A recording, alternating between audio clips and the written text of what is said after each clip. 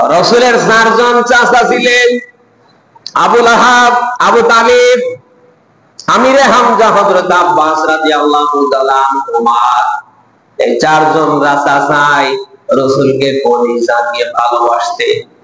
নবীজির জন্মের সময় আবু লাহাব এতটা খুশি হয়েছিলেন, সাথে সাথে তার দাসী সুয়াইবাকে আযাব পর্যন্ত করে দিয়েছিলেন। আবু তালিবের মতো মানুষ সারা জীবন রাসূলকে আগলে রেখেছিলেন। একাধিক আবু তালিবের সন্তান ছিল, সন্তানদের যে সবচেয়ে বেশি মহব্বত ভালোবাসতেন বিশ্বনবী মুহাম্মদ রাসূলুল্লাহ। বেরামপুরবাসী আমি জানতে চাই, আবু লাহাব আর আবু তালিব রাসূলের এই দুইজন চাচা তো কিয়ামতে রাসূলের সাথে জান্নাতে যাবে। কেন?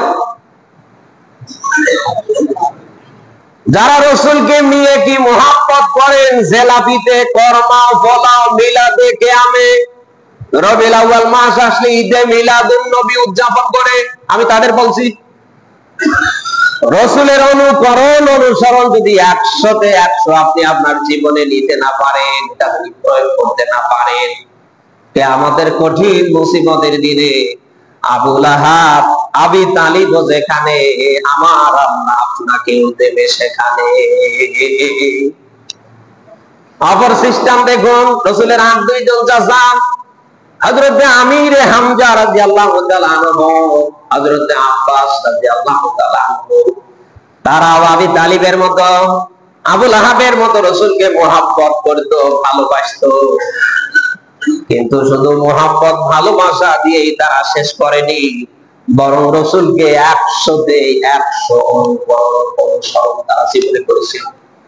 সুবহানাল্লাহ বলতে পারেন না?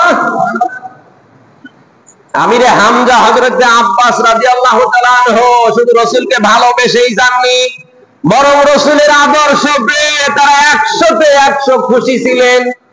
এই জন্যই কিয়ামতের কঠিন মুসিবতের দিন যখন কায়েম হবে, বিশ্বনবী মুহাম্মদ রাসূলুল্লাহর সাথে রাসূলের দুইজন চাচা, হযরত আমিরে হামজা, হযরত আব্বাস রাদিয়াল্লাহু তাআলা আনহু একই জান্নাতে অবস্থান করবে।